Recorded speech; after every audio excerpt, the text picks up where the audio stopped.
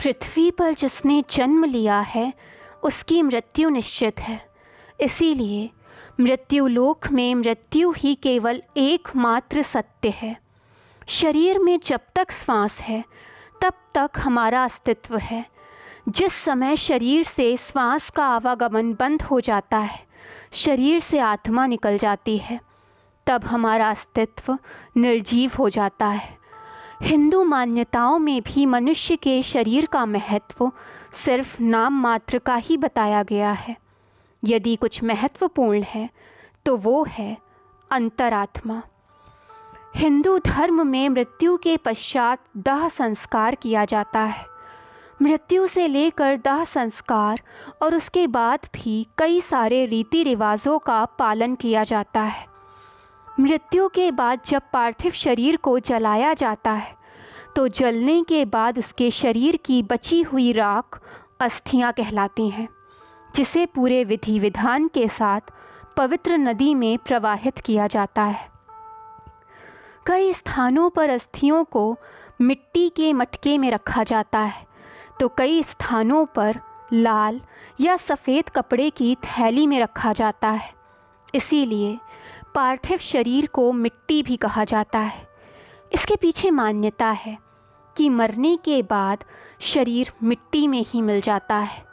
शास्त्रों के अनुसार मृत्यु के पश्चात मृत शरीर का अंतिम संस्कार कर उसकी राख को गंगा या किसी पवित्र नदी में विसर्जित करने का विधान है। इसकी पौराणिक मान्यता को लेकर एक कथा प्रचलित है।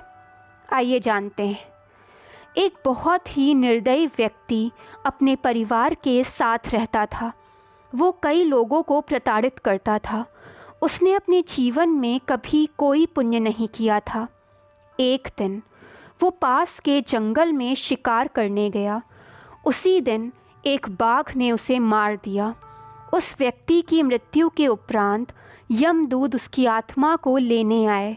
उसके शरीर का अधिक से अधिक भाग तो बाघ ही खा गया था और बचा हुआ भाग अन्य छोटे छोटे पशुओं का भोजन बन गया था। इस बीच कुछ उड़ने वाले जीवों ने भी उस शरीर का भोजन किया।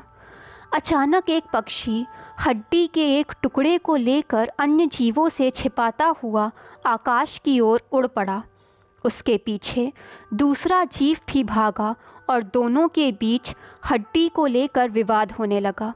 एक तरफ यमलोक में उस निर्दयी व्यक्ति के पापों का लेखा जोखा देखा जा रहा था तो दूसरी ओर वो दो जीव उस मृत व्यक्ति के शरीर की हड्डी को लेकर झगड़ रहे थे। उनकी लड़ाई में हड्डी गिरकर सीधा गंगा नदी में जा गिरी। गंगा नदी में हड्डी गिरते ही पवित्र हो गई और उस व्यक्ति के समस्त पाप धुल गए और वो नरक की यातना से बच गया। तभी से ये विधान शुरू हुआ। मृत्युलोक में गंगा से पवित्र और कुछ भी नहीं माना जाता। गंगा स्नान करने से सारे पाप धुल जाते हैं। इसीलिए गंगा नदी में अस्थि विसर्जन करने का विधान है, जिससे मृत आत्मा के सारे पाप धुल जाएं और उसे यमलोक में नरक की यातनाएं न झेलनी पड़ें। वैज्ञानिक अस्थियों और नदियों को एक साथ जोड़कर देखते हैं। उनके अनुसार नदी में प्रवाहित मनुष्य की अस्थियां समय समय पर अपना आकार बदल लेती हैं, जो उस नदी से जुड़े स्थानों को उपजाऊ बनाती हैं।